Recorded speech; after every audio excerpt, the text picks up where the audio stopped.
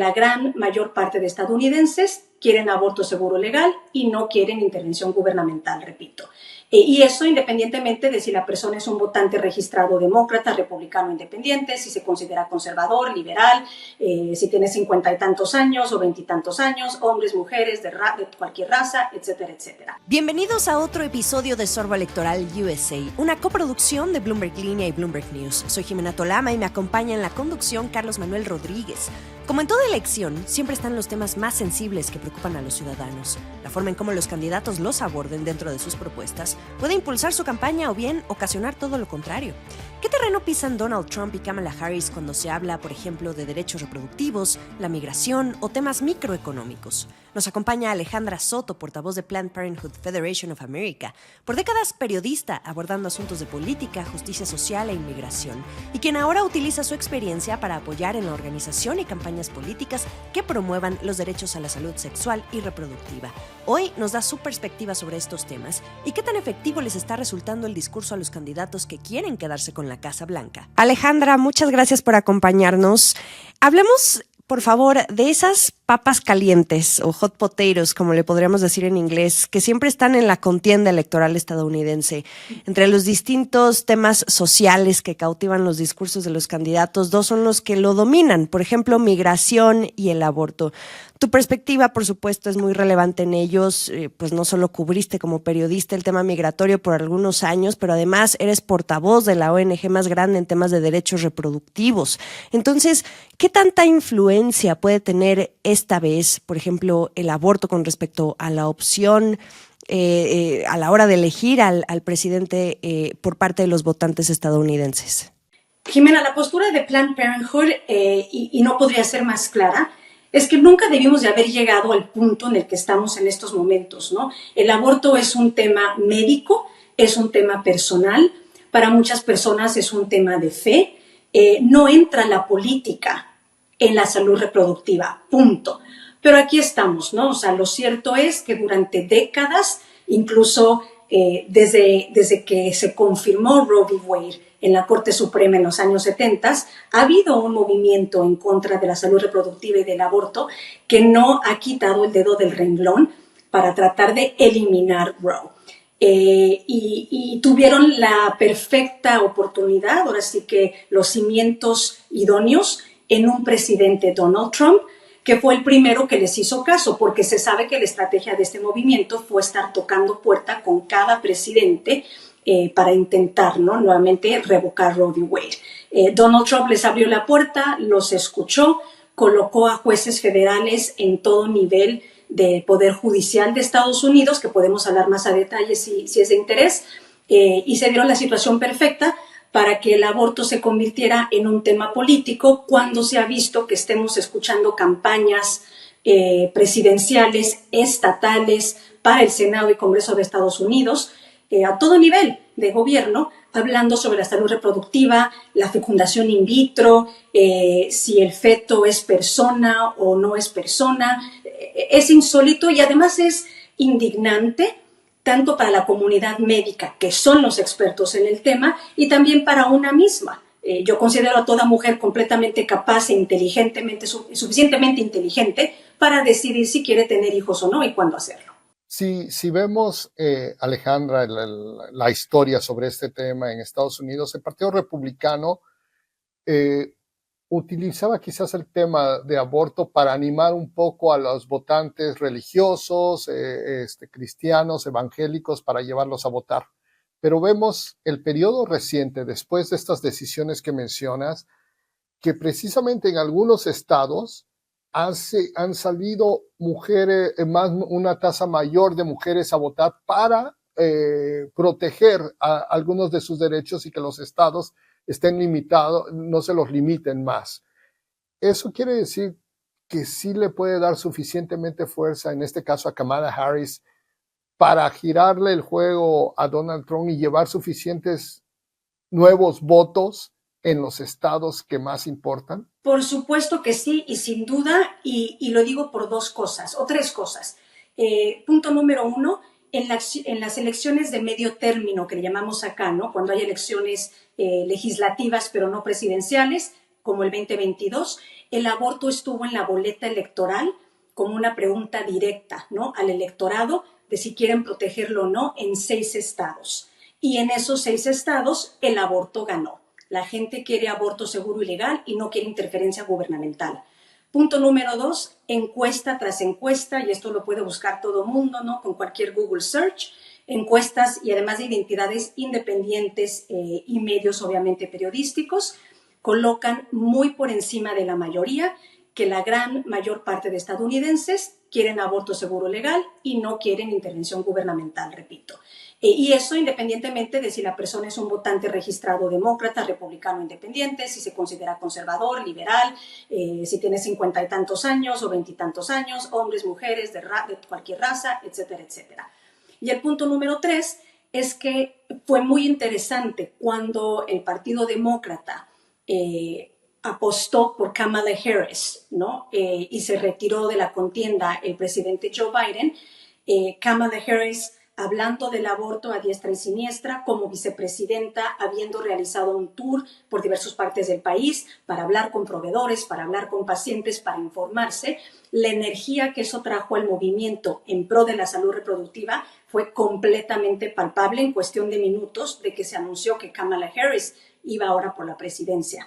Y es evidente también que los republicanos han estado prestando atención porque todo mundo anda borrando sus historiales en sus páginas de internet. Donald Trump obviamente cambia de opinión sobre el tema como yo cambio de calcetines y no encuentran cuál es su postura y cuál es su punto ganador nuevamente con su propio electorado. Entonces, de que este tema, es uno de los temas centrales en esta campaña presidencial, por supuesto que lo es, y va a ser un tema triunfador, sin duda.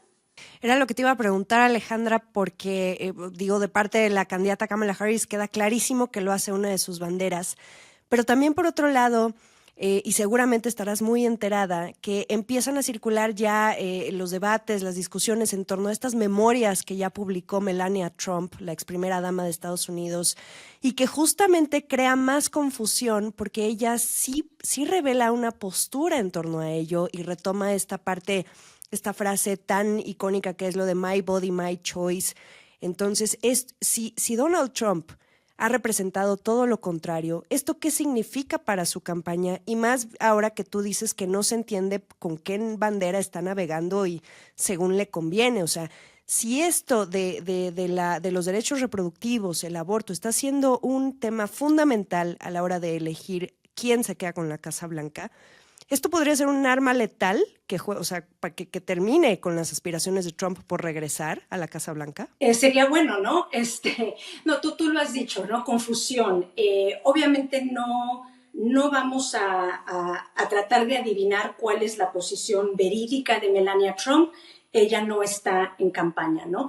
Pero lo cierto es que como primera dama, cuando realmente tenía un rol, ¿no?, donde podía influenciar, donde podría, ahora sí que de alguna forma dejar clara su postura, nunca habló del tema, ¿no? Qué conveniente o qué casualidad que cuando Donald Trump no está muy bien en algunas encuestas, Kamala Harris le está acortando ese terreno o esa brecha, el tema sigue obviamente sobre la mesa. El Partido Republicano, repito, Trump y muchos otros aspirantes a otras plazas se están dando cuenta que la gente está entusiasmada por proteger el aborto. Qué coincidencia que ahora es cuando Melania Trump decide decirnos cuál es su postura. Y aparte Trump, a los 2 segundos de ella publicarla, dice que él siempre ha sabido que Melania tiene ese sentir y que él también lo apoya. Maniobra política. Obviamente, bueno, pues solo ellos y sus asesores lo sabrán, ¿no? Pero sí, para mí sí es muy sospechoso el que esto haya salido a la luz hoy en día. Y repito, Donald Trump como presidente, y esto está en récord, lo dijo en diversas ocasiones, apoyaba una prohibición nacional y dijo que él la firmaría. Luego cambió de opinión y ahora dice que él no firmaría si le presentan una propuesta legislativa de ese tipo. Ha dicho que apoya el que cada estado independientemente, ¿no?, decida sobre el aborto, pero también ha rechazado una proposición en Arizona, una prohibición casi total de 1864, que era muy severa. Y como residente de Florida, que puede votar obviamente en Florida, y me imagino que así lo hará, en Florida está una medida en la boleta electoral este noviembre que también dice que es demasiado estricta porque protege demasiado el aborto, pero va a votar, dijo, en contra de ella de todas formas. Entonces, nuevamente, ¿cuál es la postura verídica de Donald Trump? ¿Quién sabe? Lo que sí sabemos es lo que hizo como presidente y fue enorgullecerse, porque también así lo dice, de haber puesto los cimientos para que desapareciera Roe v. Wade. Eso es lo que se conoce de Donald Trump y no podemos esperar otra cosa. Ahora bien, Alejandra, un grupo demográfico donde vemos un rezago de Kamala Harris en esta, que es sumamente importante cuando hay una contienda tan cerrada, es en los hombres, especialmente en los hombres de minorías, afroamericano en Pensilvania, hombre latino en Arizona o en Nevada, donde está por detrás, muchos están optando por Trump. ¿Puede tener fuerza el tema de derechos reproductivos para convencerlos a votar y dar su voto que tradicionalmente solía ser, o cuando fue por lo menos Biden, era más favorable en ese sentido hacia Biden que Trump? En otras palabras, si yo soy un votante o hombre de Pensilvania, ¿qué tanto peso le puedo dar a eso versus quizás un tema económico como la inflación que la he estado viendo cada que voy al supermercado? ¿Qué les dicen sus estudios, su evidencia? ¿Qué nos puedes compartir al respecto? Y lo cierto es que la economía sí es el tema principal para la gran mayoría de los votantes, ¿no? Sin duda. Le recordaría yo a todo votante, la salud reproductiva nos afecta a todo mundo, ¿no? Cualquier persona que tiene relaciones sexuales, cualquier persona que tiene las partes del cuerpo de la salud reproductiva, que somos todos, vamos a necesitar salud reproductiva. Y el aborto es parte, ¿no?, de todo eso. Porque nuevamente el movimiento en contra del aborto no está en contra del aborto, está en contra de la salud reproductiva. Ahora están yéndose por el aborto, pero tienen ya en su estrategia el tratar de eliminar el acceso a los anticonceptivos, nuevamente eliminar opciones de fecundación in vitro, entre otros temas de fertilización, eliminar, no lo hemos hablado, la educación sexual en las escuelas públicas, etcétera, etcétera, etcétera. Entonces, todos, hombres, mujeres, de cualquier género, de cualquier sexo, nos vemos afectados por este tema. Y yo más bien invito, vaya, si tú no eres una persona que te puedes embarazar o no tienes pensado embarazarte, seguramente sí tienes a un ser querido que sí, que puede estar en esa situación. Entonces, este no es tema de mujeres o tema de hombres, es tema de todos. Y lo más importante es que realmente no estamos, o sea, lo que está en tela de juicio no es si estamos a favor o en contra del aborto o del acceso a algún servicio de salud reproductiva. El tema es si consideramos que nosotros, individuos, con nuestras familias, con nuestros médicos, somos quienes debemos de decidir, o si debe de ser el gobernador de tu estado, o si debe de ser el presidente, o si le tengo que hablar a un juez que me diga si puedo o no puedo tomar una decisión médica sobre mi salud reproductiva. Eso es lo que está en juego. ¿Quién toma estas decisiones? ¿Nosotros, en familia, en privado, con doctores, o los gobernadores o los legisladores? Totalmente, Alejandra, creo que es un tema muy complejo y tú bien das la clave. ¿Quiénes son los que toman las decisiones? Y justamente pasando a otros temas que creo que también son muy calientes durante una campaña presidencial, y ahora que también mencionabas el tema económico, pues está la inflación. ¿Qué nos dice la historia o estudios, incluso si los hay, sobre qué tanto puede un tema social influir más en la decisión de un votante, como lo es el tema económico, por ejemplo, la inflación, que lo puedan ver o vieron, o sea, que lo ven, que lo viven a diario, cotidianamente, cuando van a pagar el supermercado, cuando ven las cuentas? Sabemos que ha sido un tema sobre la mesa y que también se ha discutido entre analistas de cómo el gobierno del actual todavía presidente Joe Biden lo está llevando a cabo, si esto puede influir negativamente en la campaña de Harris, si le puede beneficiar a Trump. ¿Tú qué opinas? Y bien lo acabas de decir, ¿no? Cuando se habla de inflación, si uno es economista, si uno trabaja en finanzas, etcétera, puede entender ese tipo de análisis. Pero para una persona como tú, como yo, lo importante es cuánto cuesta la leche, cuánto me costó el súper esta semana, cuánto me va a costar la próxima semana y si me sobra dinero para entonces darle algo más a mi familia. Lo cierto es que en los últimos años, durante así que la presidencia de Joe Biden, se ha mantenido, o sea, el poder, ¿no? El poder de compra de la persona común y corriente no ha disminuido. La tasa laboral ha estado en aumento, la inflación se ha mantenido hasta cierto punto, etcétera, y la mayoría de los estadounidenses, según las últimas encuestas, al contrario, su poder adquisitivo no ha empeorado. Tal vez no ha mejorado tanto como Joe Biden lo hubiese prometido en tiempos de campaña, pero también tenemos que reconocer que tenemos, o sea, que el poder ejecutivo tiene ciertos límites y tenemos un Senado demócrata, pero una Cámara de Representantes republicana que no le ha permitido a Biden tomar algunas decisiones económicas y decisiones de otro tipo también. Entonces, yo creo que aquí va a estar, el electorado tiene que asegurarse de estar informado, ¿no? Nuevamente, en tiempos de campaña, todos los políticos dicen muchas cosas, hay que realmente recordar cuánto costaba la gasolina, cuánto costaba la leche en el supermercado, y lo cierto es que los precios no han aumentado severamente como un candidato Donald Trump nos quisiera hacer creer. Y no quiero que se nos termine el tiempo, Alejandra, sin hablar de la otra papa caliente. Como comentaba Jimena al inicio, tú solías cubrir temas migratorios en tu etapa como periodista, y aquí hemos visto un giro también de cómo los políticos se acercan a este tema migratorio. También solía ser contrastes muy claros entre demócratas protegiendo los derechos migratorios, promoviéndose la migración legal, y los republicanos, pero ahora para este ciclo presidencial pareciera que es más bien quién tiene mano más dura, y ya es un tema donde cuando se habla de reforma migratoria no se habla en lo absoluto de amnistía o legalización, sino de qué tanto restrictivos serían estos cambios. Yo creo que ustedes lo saben bien, el tema de la inmigración en Estados Unidos tiene como que sus altas y bajas constantes, ¿no? Cuando aumenta la ola de personas que llegan a Estados Unidos, entonces aumentan esa narrativa con estigma, ¿no? De que vienen a quitarnos nuestros trabajos, de que vienen a utilizar todos nuestros servicios, de que no pagan impuestos, etcétera. La gran mayoría obviamente no es cierto.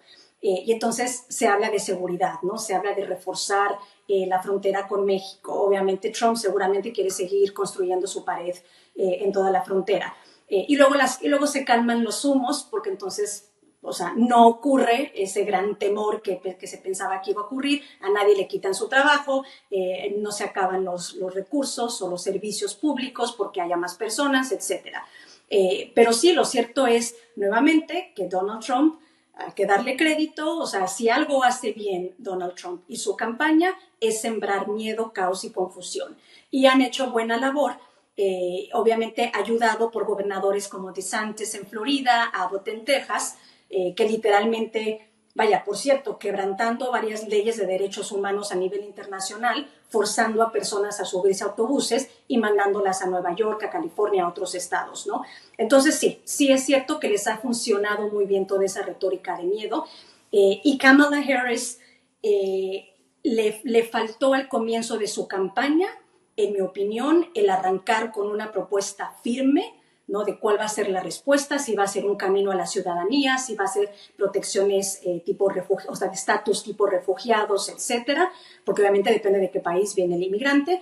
Pero yo creo que en estos últimos meses ha comenzado a hablar mejor del tema y con un mayor entendimiento de lo que está en juego. Lo que sí es cierto es que vaya un país, o por lo menos como la política está establecida hoy en día, un país no puede tener fronteras abiertas, ¿no? Se tiene que saber quién está y quién no está en el país. Y tiene que haber un balance, ¿no? De colocar gente que esté llegando en estados donde haya trabajos, donde haya infraestructura, donde haya servicios públicos. A mí me gustaría ver eso en la conversación de la contienda presidencial, o sea, propuestas concretas. No nada más se trata de acoger a personas y luego vemos cómo le hacemos, ¿no? ¿Cuál es el plan? ¿Cuál es esa infraestructura?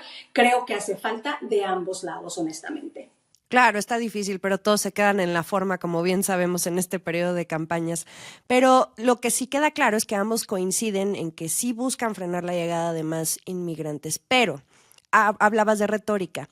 ¿Debe preocupar en ese sentido el tono frente a lo que ya se comprobó, por ejemplo, que ya se ha hecho una vez gobernando desde la Casa Blanca, tanto en el gobierno de Joe Biden, donde Harris pues claramente está muy involucrada como vicepresidenta, pero también con lo que llegamos a ver en su momento en el primer término de Donald Trump? ¿Debe o no preocupar este tono, esta retórica que se maneja durante las campañas presidenciales frente a lo que posiblemente se vea después, el tono real? Por supuesto que preocupante, ¿no? O sea, la manera de gobernar de Donald Trump, y no lo podemos olvidar, o sea, porque a veces nuestra memoria es un poquito muy corta, era a través de acciones ejecutivas a cada rato, ¿no? Saltándose al Congreso totalmente, entre las más ridículas y horribles, cuando prohibió la entrada a Estados Unidos de cualquier persona proveniente de un país árabe o musulmán, ¿no? Y literalmente cerrando esa frontera, por decirlo así.